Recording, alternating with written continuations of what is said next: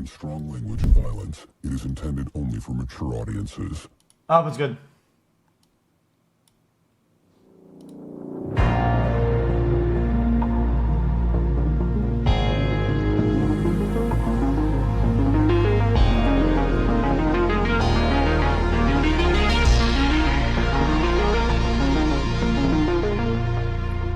Man with lava. What's that, man? Ik zie jou, bro.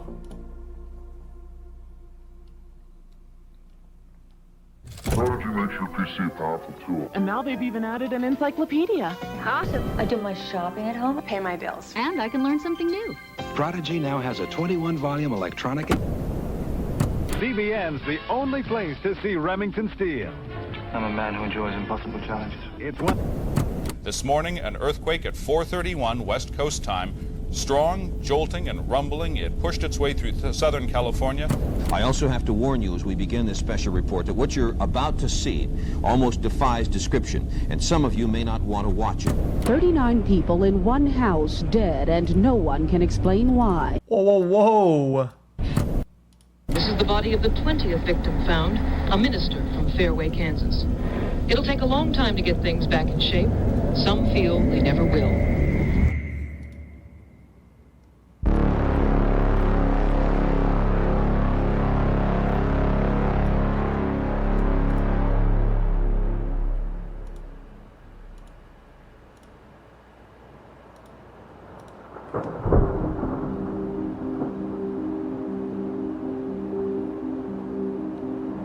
To the one, the other side. The year is 2020. A woman and her husband move into a duplex, sharing the home with two other tenants, an elderly woman and her adult daughter. For the first few months, nothing seems out of the ordinary. In fact, they never see them, and not once do they interact. At least, until...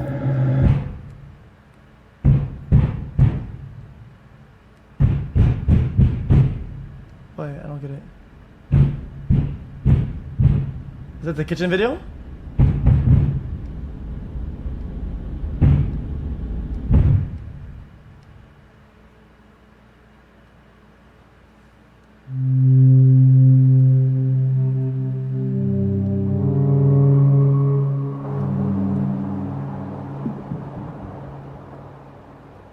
This begins seemingly out of nowhere and appears to have no end in sight.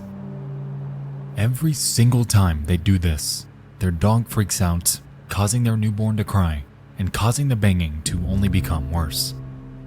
It's a constant back and forth dynamic, and things are quickly spiraling out of control. The cops aren't doing anything, the landlord is no help, and so, at their wits' end, they take to reddit.com to air out their grievances and to seek advice. Oh no. At 11:09 p.m. on September 13th of 2020, a Redditor named Peaches and Glitter ventures to r/legal advice to make a post titled, "Delusional neighbor bangs on the shared wall when our baby cries, and nothing can be done about it?" It reads the following.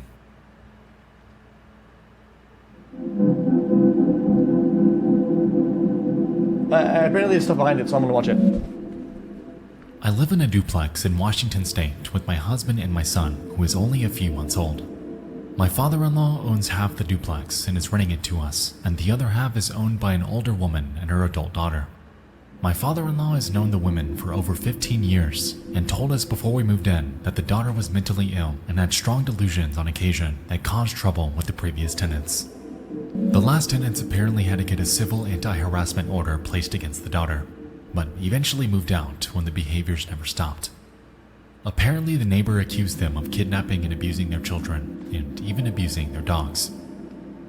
My husband and I brought our son home a few months ago, and we didn't have any issues with the neighbor until about 2 weeks ago. She has begun banging on and throwing things at the walls when our son cries. She screams at us as well, but I usually can't hear what she's actually saying. You know, over the screaming baby and the two dogs going absolutely ballistic because of the banging. It's absolute chaos, and it's made my postpartum anxiety so much worse. Every time the baby cries, I experience intense panic, waiting for the screaming and banging to start. We've called the non-emergency police line twice when I can't handle it anymore, and the first time they talked to her and she stopped doing it as often. Maybe once every 2 days. Tonight though, she's back at it and worse than ever. The air quality is so bad right now from the fires that I can't let the dogs out for long to stop them from barking. And the barking makes the baby cry harder, which makes the neighbors scream and pound on the walls harder. The officer I spoke with says we can try to get a civil anti-harassment order placed, but he knew for a fact that her behaviors never stopped after the last tenants tried that, and he said his unofficial advice would be to live somewhere else. Is that seriously my only option? We can't afford to move, but I can't keep living like this. Just move, little W.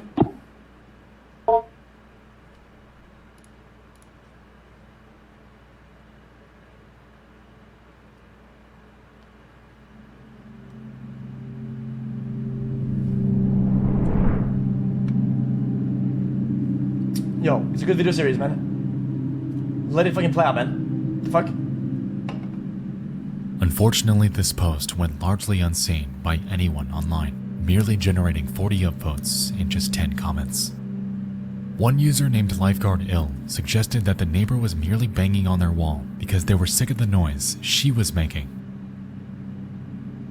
She's an owner, so you can't do anything. Your best solution is to properly insulate the wall against sound. From the other point of view, having a newborn baby in a shared dwelling is really shitty to your neighbors from the noise. Just as much as you don't like the pounding, your neighbors hate your crying noises and dogs barking. Maybe your neighbors can't handle the crying anymore. You should really look into soundproofing, or your neighbor could start calling animal control and CPS for all the noise you make. Stop blaming the neighbor when you're the one making all the noise. It's an interesting thought process. However, the perspective is entirely valid. They are responsible for half of this duplex, and there's really not much they can do about their distaste for a neighbor.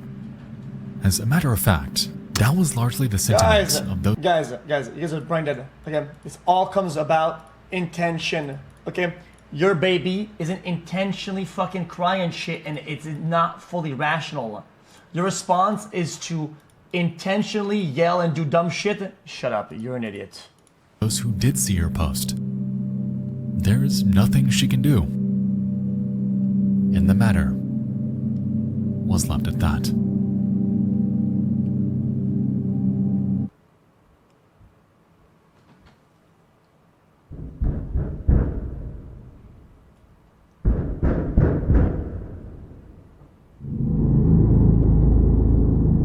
Not the ladder.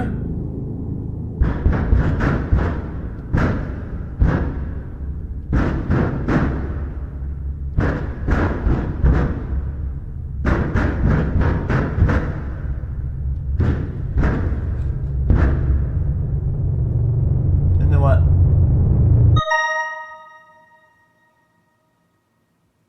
Oh, a Redditor got a good solution.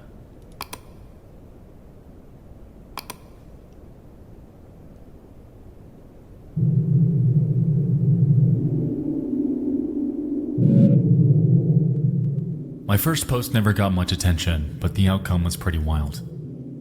Short version. In October of 2020, my husband and I were renting in a duplex, where my father-in-law owned the half that we lived in, and a separate family owned the other half. We brought our son home from the NICU in August, and towards the end of September, the neighbor started to pound on the shared wall if she could hear him cry. The pounding escalated over the next 2 months. The neighbor bought a megaphone to yell through the wall and threatened to rip us apart. I'm not She called us child predators, and she'd yell obscenities and threats until 3 or 4 in the morning. The police were called multiple times, yet nothing could be done about it. One officer told us, "I'm gonna kill you." See, it doesn't mean anything if I don't actually do it. What? The elderly mother hadn't been seen in several months, but requests for wellness checks were brushed off. The general advice that I got was that as renters, we couldn't do anything. It was also suggested that this was reasonable behavior since the crying baby was probably really annoying. Since my first post, we moved in with my grandmother for her safety. Imagine dude, you go into a plane, dude. You go into a plane ride, and the baby starts crying, and then as a grown-up adult, you go, bro, and then everybody does this shit. Bro, that's brain dead. The neighbor ended up busting a softball-sized hole through the shared wall to scream at us and occasionally just stare at us. The smell that came out of the hole was indescribably bad.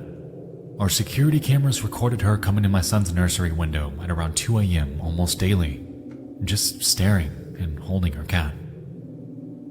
It took until the end of January for the police to be able to enter her property. And as it turned out, the elderly mother had been deceased since at least June, and the daughter had the corpse dressed in her Sunday best, rotting in a dead-bolted bedroom. The news article said the mother died from natural causes, and the daughter was taken to an inpatient psychiatric facility. That's it.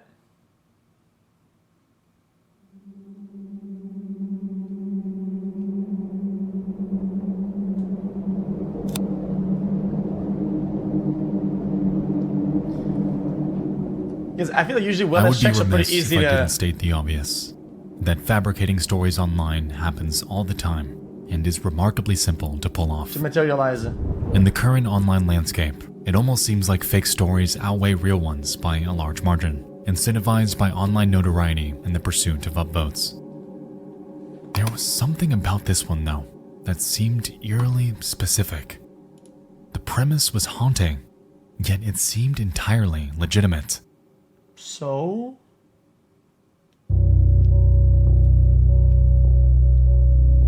Boy, there's more to this.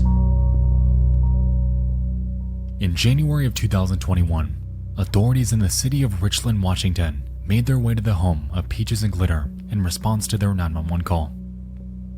While there, they encounter a disgruntled 45-year-old woman named Angela Greiner through the hole she carved in their shared wall, and immediately notice an overwhelming odor. Because of this, they request to be let in to ensure everything there is okay, yet Greiner staunchly refused. For over a week, she wouldn't let a single soul in, no matter how hard law enforcement tried. However, what she was unaware of was that police were already in the process of obtaining a warrant, essentially permitting them access, regardless of her consent. Now hold on. They need a By warrant February 4th, for their wellness warrant's check. granted, and so Richland PD returns and forces their way inside. And as expected from the revolting odor, the corpse of Greiner's mother, a 67-year-old woman named Claudia Kinney, was rotting inside their locked bedroom. She reportedly died from pulmonary emphysema and was believed to have been decomposing inside that home for nearly 7 months. Yeah, exactly. Bro, I had a wellness check been done on me. They got in for free. Fuck. As stated by the OP, Greiner was taken to an inpatient psychiatric facility, and since then, there have been no further updates on her status or whereabouts. The duplex, to this day, still stands, yet now bears a reputation forever haunted by the grim events that took place there. The story in its entirety drives home the fact that you truly never know who's beside you, who's across from you, bro, who is on the other side of the wall by which you sleep.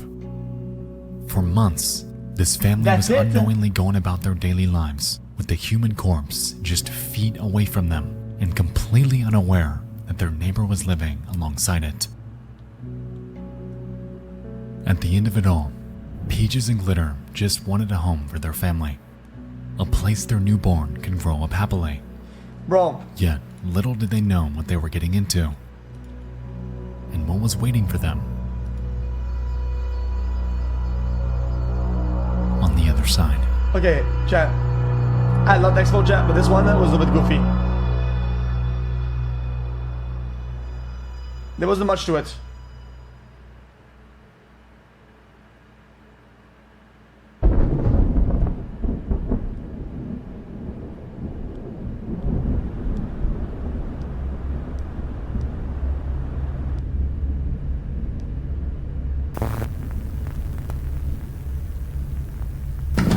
Call 911 to report a blocked driveway or a loud stereo. Leave the 911 lines open for real alerts. For anything else, or directory assistance. Think before you call 911. Think before you call 911. Think before you call 911. Think before you call 911.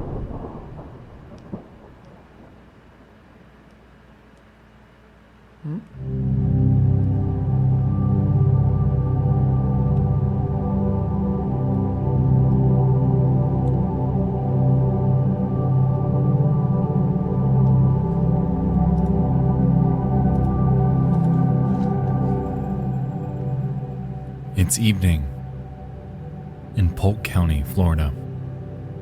A 76-year-old woman named Loretta Pickard is home alone, asleep on her couch. She had just undergone hip surgery, so she was unable to move. However, her evening was just like any other. It's dark.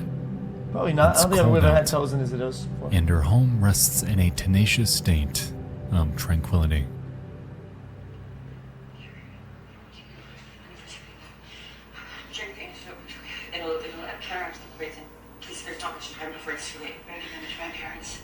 Man, this show is dog shit.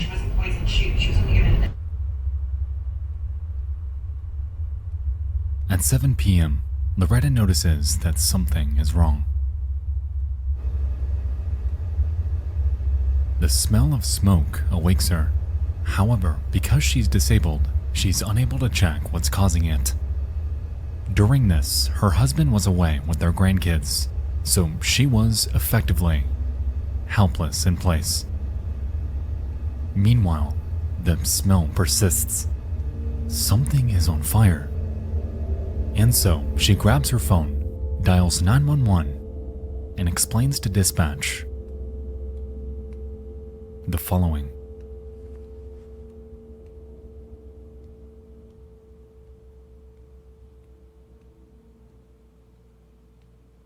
The recording was taken in the evening of November 23, 2018.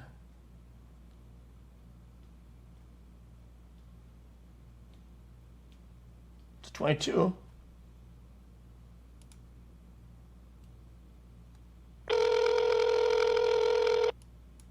Wait, is not the real? 911, what is the address of your emergency? Pardon? 911, what is the address of your emergency? Okay, tell me exactly what happened.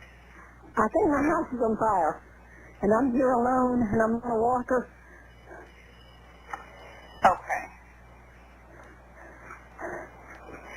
All right, I have a couple more. I just have a couple of questions, okay? Okay. All right, just to help the the firefighters, excuse me.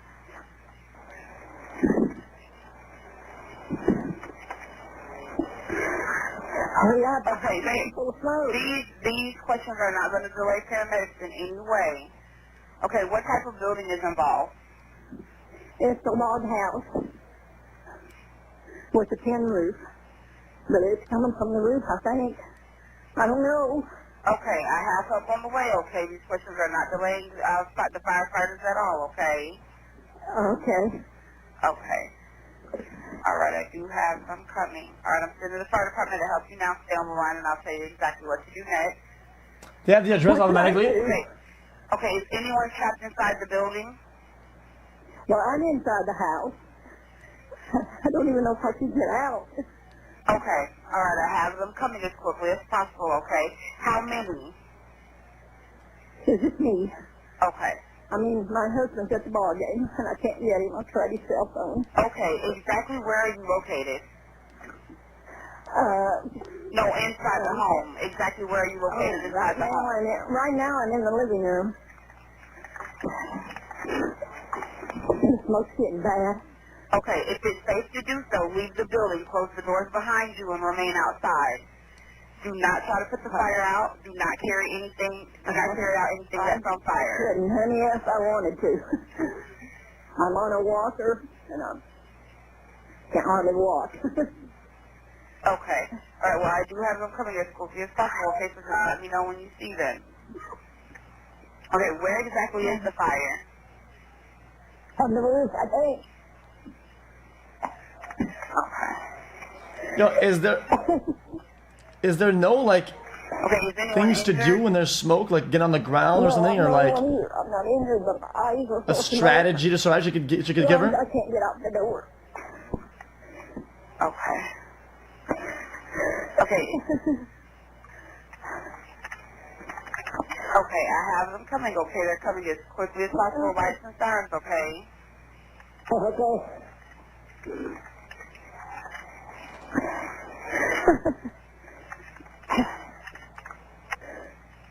I think she's injured. Guys, I'm just saying, chat. Guys, as a dispatcher, is there not anything alternative to do? Is it just walk outside or you're dead? Is there no in between? This back and forth continues for 15 agonizing minutes. Yet for this entire duration, help never seemed to come. Nevertheless, Roll 15. the fire seems to be growing. Where is everyone? Oh, I see fire now. Okay. Oh, you hear them? Yes, they're here. They're there. I'm letting them know exactly what's going on, okay? They are there. Okay. I promise they are right there. It's just they have to make their way into you, okay? Okay, but they better run.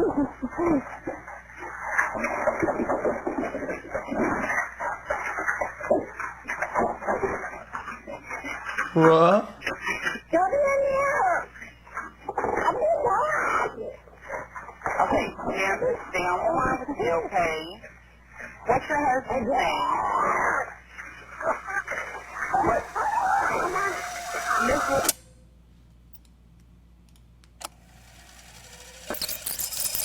Bro. Hello?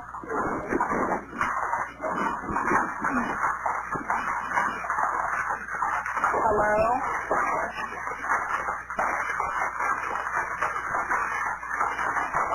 Hello?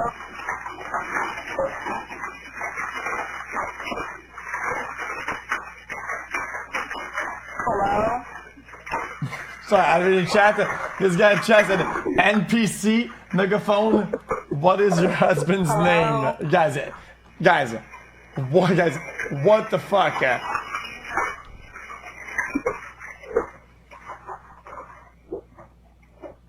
This sound, the sound of flames engulfing the Pickard home, continues for 9 minutes straight, with the dispatcher reassuring her the entire time that help is on the way.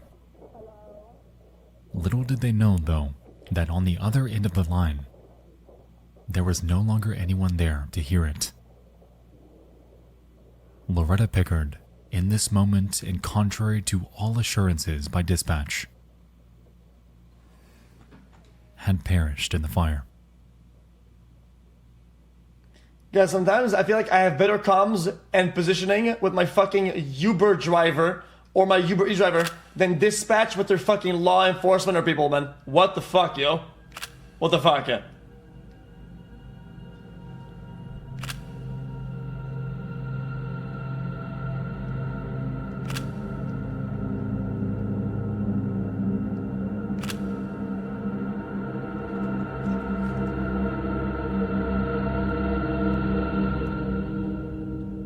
You wouldn't believe it, but for over half of this phone call, help was just a few short feet away.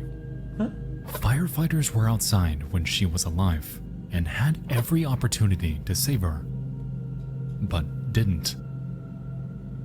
That evening, there were unfortunately no fire hydrants anywhere near the residence, so the crew was left to utilize the reserves in their truck. Instead of putting out the house fire with Loretta trapped inside, however, the crew's captain, James Williams, used the entirety of the reserves to combat what he described as a forest fire behind the home. This, by default, nullified any potential of combating the blaze's origin, diminishing any possibility of saving Loretta at all.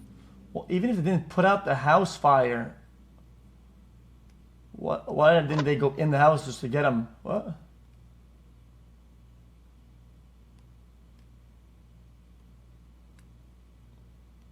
In a case 8 on your side has been investigating all year long.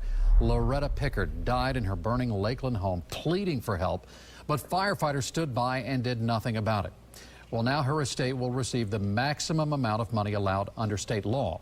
8 on your side, Stacy DeSilva reports from Polk County. And how much is that? Loretta Pickard's niece tells me the settlement does provide a bit of closure. Well, that sounded good, but then how much is that, bro? Since the incident, the Pickard family has undergone a grueling legal battle against the county, as in the weeks following the fire, it's been revealed that James Williams would frequently take Snapchat videos while at the scene of house fires. And allegedly, the evening of Loretta's death was no different. Even further, it's been stated by bystanders that little to no effort was made to get inside the home either, effectively leaving her helpless and alone to endure one of the most horrific deaths imaginable. I mean, that's criminal endangerment if I've ever seen it. In the aftermath of this incident, Criminal neglect. the Pickard family has anyway. been given a $200,000 settlement from Polk County in response to their inaction.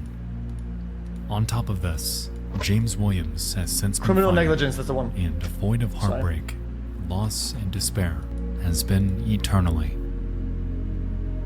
left in their wake.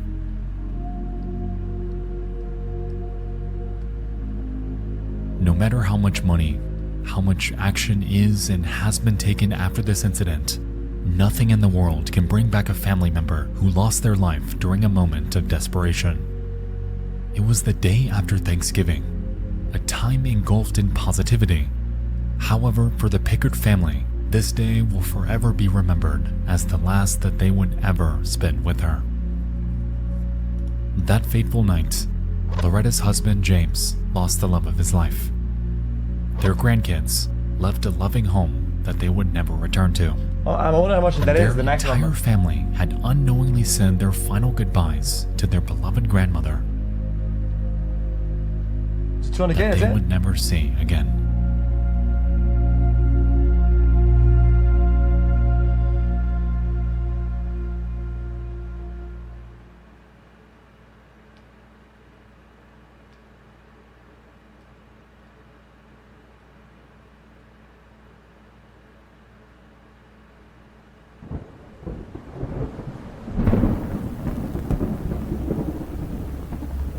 Do not hang around the restrooms.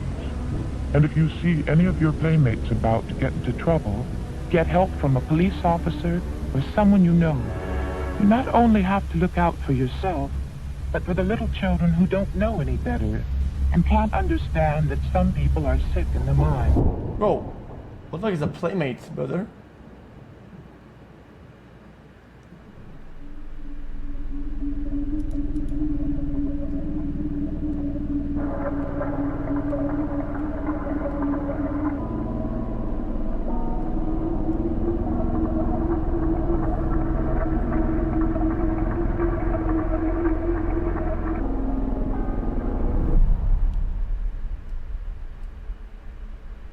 In 2018, a YouTube channel was born.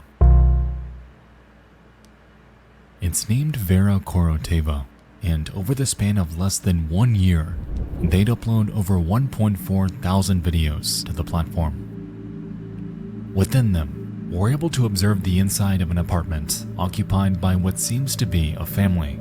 And to be honest, not a whole lot seems to happen. They spend a ton of time watching TV and lounging around, and at first glance, it seems like this channel might be nothing more than an archival page run by them.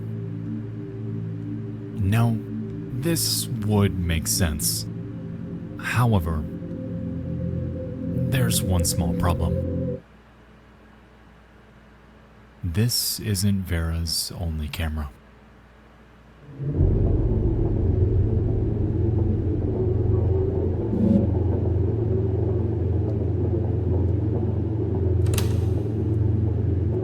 Maybe they were uploading on YouTube on in unlisted, you know?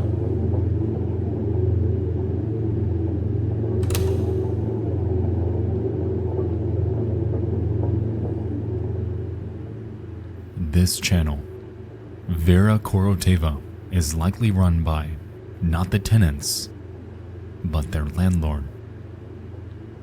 And they've got eyes everywhere. Jesus.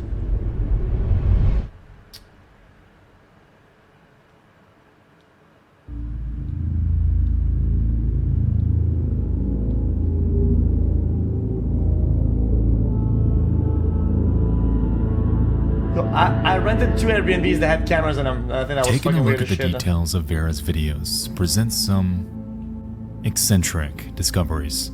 I did not For stay, instance, bro. their titles regularly reference names like Putin and Hitler, and often use incredibly abrasive language when referring to their residents and the police.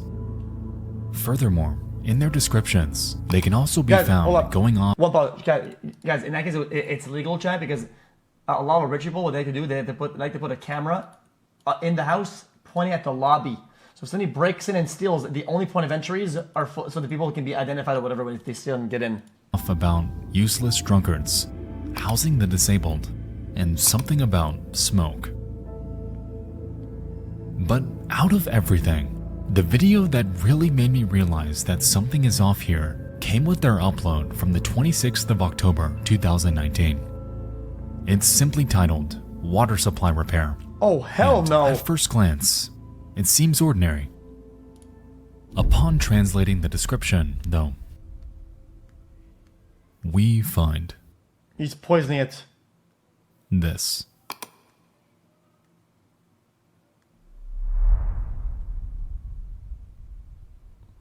Oh.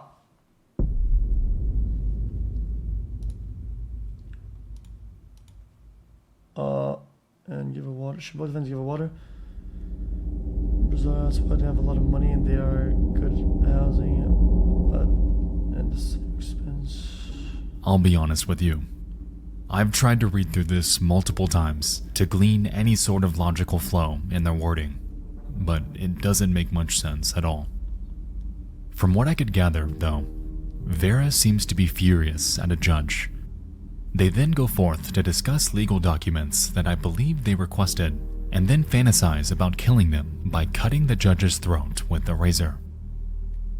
It's incredibly disconcerting, and regardless if the tenants even know that they're being watched, what I do know is that they are, without a doubt, completely unaware of what's going on in these descriptions. For over 4 years, this bizarre channel has sat like this, completely untouched and unnoticed by the broader internet. With this, their backlog spanning thousands of videos are public, documenting complete strangers living out their daily lives without even the slightest hint that the very person who owns the building they live in is broadcasting them to the world. Today, Vera Koroteva stands as an eerie look into the incredibly bizarre behavior of a peeping landlord. It's an unsettling digital relic, hidden away inside the furthest confines of YouTube's darkest abyss. I have absolutely no idea what compelled this person to do this, and even more so, what caused them to abandon their project completely. I wonder. If the upload rate wasn't enough, they appeared intensely dedicated to their cause, as not only were there security camera videos, but also uploads containing phone calls, conversations, and even trips to real-world locations. Wait, what? With the language barrier stopping me in my tracks, though, unfortunately, deciphering any of this has been ultimately futile. By the off chance any of you watching can speak or understand Russian, I am incredibly interested to learn more about why this channel exists and what exactly they were doing. And I wonder why you didn't get translated for the video instead of. And why are they here? Why do the cops constantly pop in? And what are they looking for? Most importantly though, why the hell is all of this public? And who in the world is Vera Koroteva?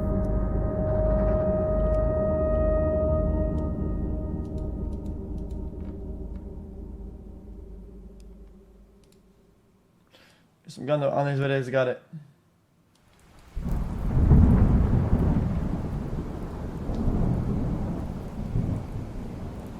Yeah, I'll link it in chat if you want to know. The goal of this video is to make you aware of the potential for differential pressure situations. The key is to recognize them beforehand and make sure you are prepared to deal with them. Because when it's gotcha, it's gotcha. Guys, this is a Delta P incident.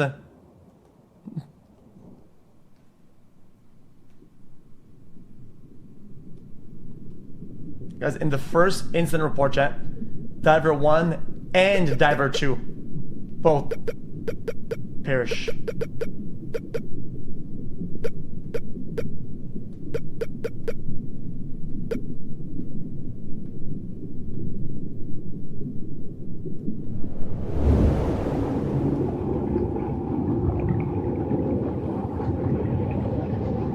Guys, what am I watching?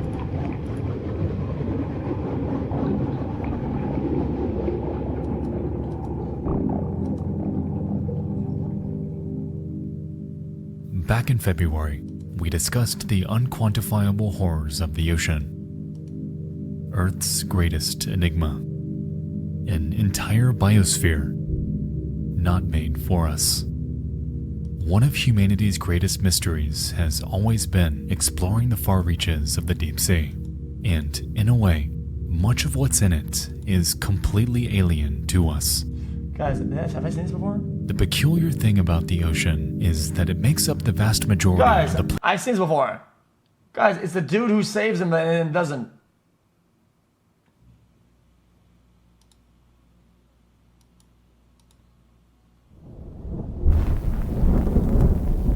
Guys, we literally seen a detail about this. Comfortable, spacious, and family pride. The port of call. Gulfside pool, cable TV, volleyball, and if you stay for at least 3 days, you receive a vacation club card with over $100 in valuable discount. Valuable discount.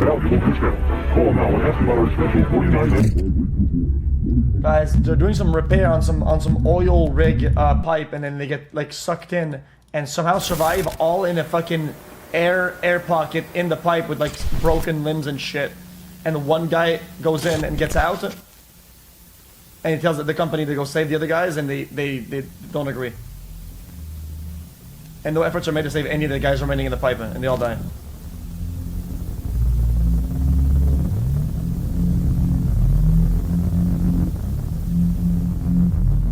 It's late at night, and a truck driver named Eduardo Cullen has just checked in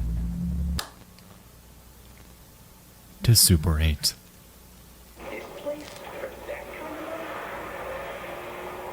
Not what you need to hear. Then stay here at Super 8. Clean, comfortable rooms because we inspect them more than any major economy chain. Clean, friendly Super 8. All the room you want. His night is unremarkable. It's about as ordinary as you can imagine. He cleans himself up, makes himself a hot meal, and just a couple hours later, falls deep into a much-deserved slumber. Wait, you can cook yourself a meal in a hotel, yo? Well, that's what should have happened.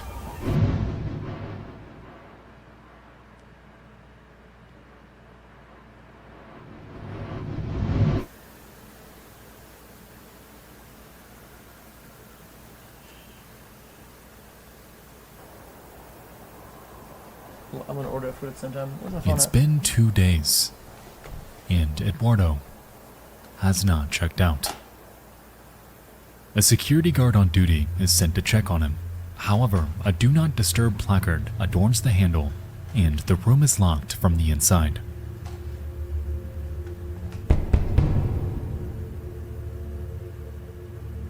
No answer. Eduardo, you in there, buddy? Still nothing.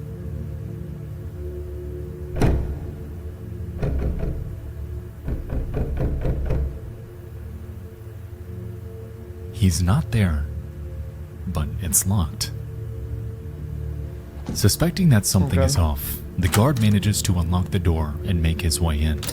And at first glance, this room is oddly ordinary. On the floor, the blankets lie haphazard. On the table, a handbag, a bracelet, a scale adorned with the name George Martinez, and a photograph appear left behind. Wait. Yet, once he makes his way to the room's rear and towards the bathroom, what awaits him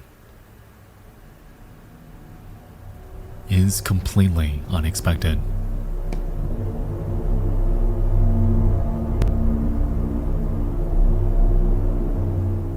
Hanging by a suitcase strap, a badly decomposed woman stares down upon him. And Eduardo is nowhere to be found.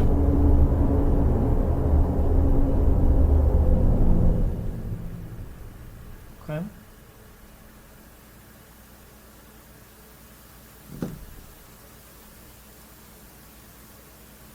I hear the crickets.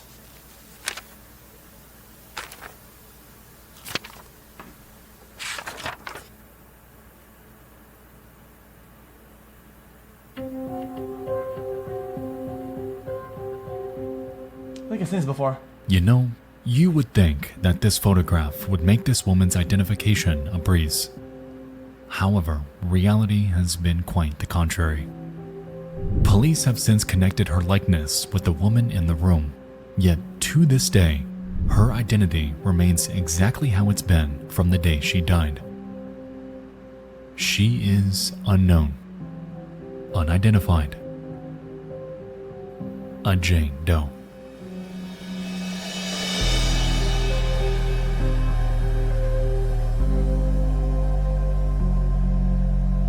I mean, how? After an autopsy, Who was raised in it captivity. was revealed that she had heroin in her system and had passed away by taking her own life. The evidence from the motel room, including the scale with George Martinez written on it, were their only real leads in tracking down her identity. However, frustratingly, nothing ever came from it. No witnesses, no footage, not even Eduardo.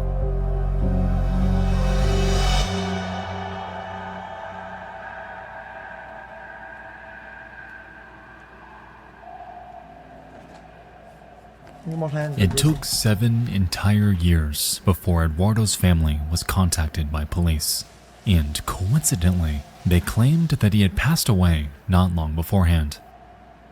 Upon being shown this mysterious photograph, however, they revealed that they didn't recognize him at all.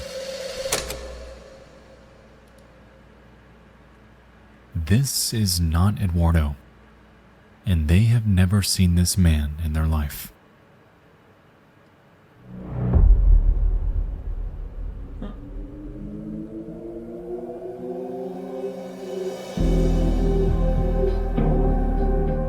That day, an entirely new mystery was born. Not only was there ambiguity around the actions of Eduardo and this woman's identity, but now an unnamed male has entered the picture. As the years went on, leads on him were all but non-existent, and all they really had to go on was the connection to that scale. Oh, that's George Martinez that's was scary, believed dude. to be his identity. However, it's given how uncanny. many George Martinezes are out there, tracking this guy down in the 1990s was all but impossible. To this day, this mystery remains completely unsolved, barring one credible tip that authorities received in March of 2021. It's been rumored that her name was Becca and that she flew there from Los Angeles, California. Why she did this, who she came with, and how she wound up in a motel bathroom is still unclear. However, with the rise of the internet and breakthroughs in technology, this is just perhaps someday her unsettling. identity can come to light.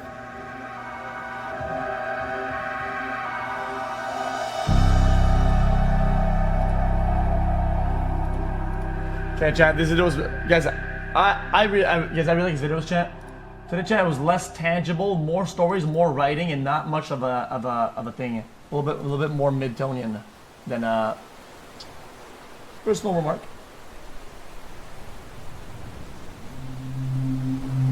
I did not enjoy it as much as I usually do.